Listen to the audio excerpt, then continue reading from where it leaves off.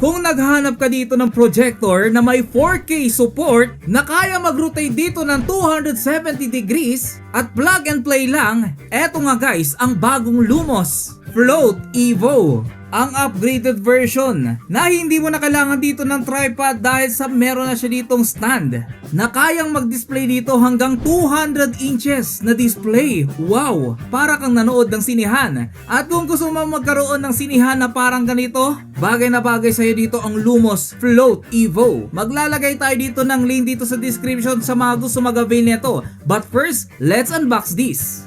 Available nga ito guys sa dalawang kulay, isang gold at silver. Pagbukas natin dito ay makikita na natin ang kanyang mga accessories like power cord, remote, na meron ditong manual focus, at syempre ang kanyang libreng HDMI cable. Of course guys, meron din itong manual. At syempre ang ating projector na Lumos Float Evo na kaya mag-rotate nga dito guys ng 270 degrees kagaya ng sinabi natin kanina. Yes, support nito ang 4K at meron itong 4,500 lumens na may dual speaker. Nakadalasan yung mga ganitong projector nasa 15 to 20,000 pero ito 9,000 plus lang. Kaya ako nagustuhan itong Lumos dahil sa ang dami ditong mga 5-star review. Maraming satisfied na mga customer na bumibili nito. Yes, flexible siya. 270 degrees ang viewing angle niya na pwede mong itutak sa wall o kaya i-adjust papuntang ceiling. Ang kagandahan dito guys, hindi mo na kailangan dito mag-manual focus. Actually, meron siya ditong control para sa manual focus. Pero pwede rin itong autofocus. Kaya no need to worry mga kaibigan dahil sa mag-autofocus na to at hindi mo na kailangan i-manual focus. Autofocus plus auto-correction.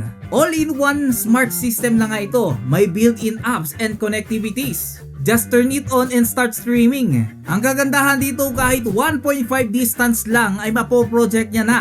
Pwede ka na dito magkaroon ng screen kahit maliit lang yung kwarto mo. 4,500 dito na lumen na nagbibigay dito ng vibrant na color, vivid visual at syempre rich in colors. Kaya naman ma-enjoy mo dito ang bright quality niya with a better details and contrast. Meron itong dual speaker kaya naman ma-enjoy mo yung panonood dito ng mga pinikula. Tingnan nyo kung gaano kaganda dito ang ilog na ito at may pakita na rin yung mga bundok dito sa lugar namin. Kasi sa totoo lang guys, napakasariwa ng hangin sa amin. Pagkatapos noon ay naglakad-lakad muna ako dito at ipinasyal ko dito ang anak ko at syempre magbibideo tayo dito sa daan. Yan, kasama ko si Jessie. Ito ng tanawin natin dito. Tabing ilog. Pwede mo siya ditong gamitan ng tripod or pwede mo rin siya ditong ipatong na lang. O di kaya pwede ka ditong manood habang nakahiga dahil sa pwede mo nga itong itutok mula sa wall papunta sa ceiling. Kaya magagamit mo talaga dito yung 270 degrees na rotation niya. At ang kagandahan guys, pwede mo rin itong i-wall mount. Kailangan mo lang dito ng hook na parang ganito at isasapit mo lang siya. Ito talaga yung gusto ko dito guys, kapag tinurn on natin dito, nag-auto-focus talaga siya dito kahit banking pa talaga yung wall. Bahala na siya dito mag-auto-correct. At kung mapasin nyo kung gaano kalaki yan, hindi pa sagad yan guys kasi malapit pa yung distance natin. Kaya niya pa ditong lumapad ng lumapad. Ito na nga guys sa mga home na pwede ka ditong manood ng mga paborito mo ditong streaming sites. May mga app dito kapag nag-download ka ng mga streaming site, may videos, recommended at music recommended. Pwede mo rin kasing gamitan ito ng Spotify.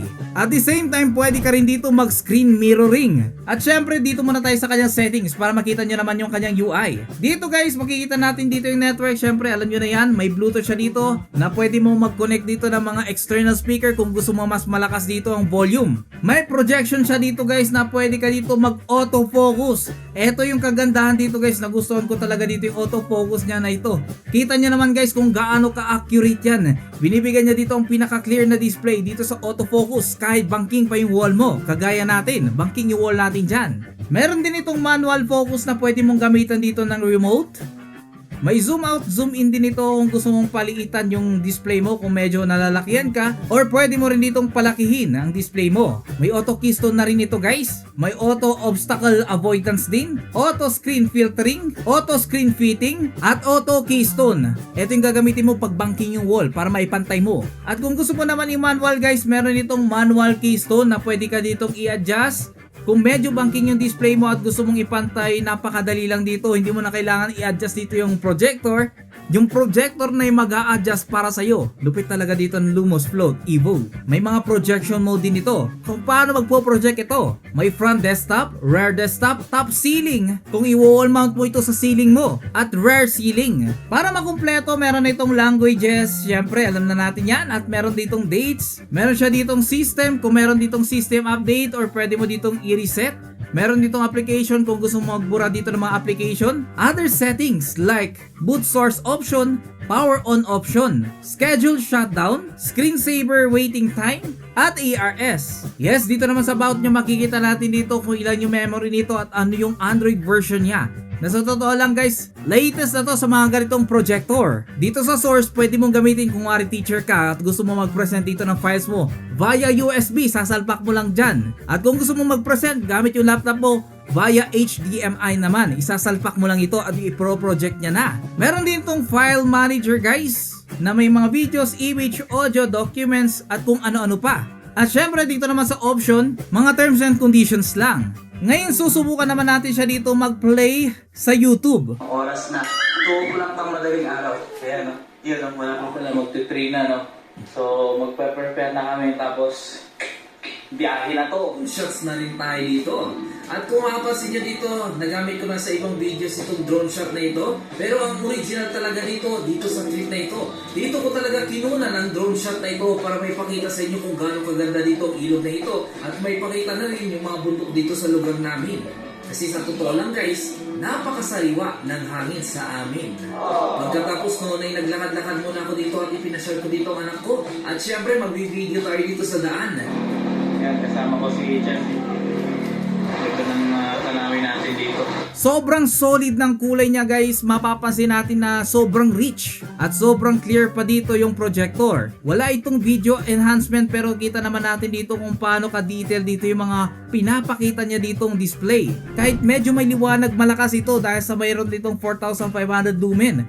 Pero mas maganda, recommended talaga kapag madilim yung paligid. Ma-enjoy mo talaga yung panonood dito ng mga movie lalo na sa 4K dahil support nga nito yung 4K at talaga namang sobrang rich din dito yung kanyang kulay. Kung may small room ka lang din at wala kang TV, eto na ang gamitin mo mga kaibigan. Dahil sa portable na lang siya, napakagaan, easy to use, plug and play lang, at ang kagandahan smart projector pa. Eto na yung bagay sa iyo, Lumos Float Evo. Maglalagay nga tayo dito ng link dito sa description sa mga gusto mag-avail ng ganitong product. Dahil ang Lumos, ito isa sa mga trusted dito na brand.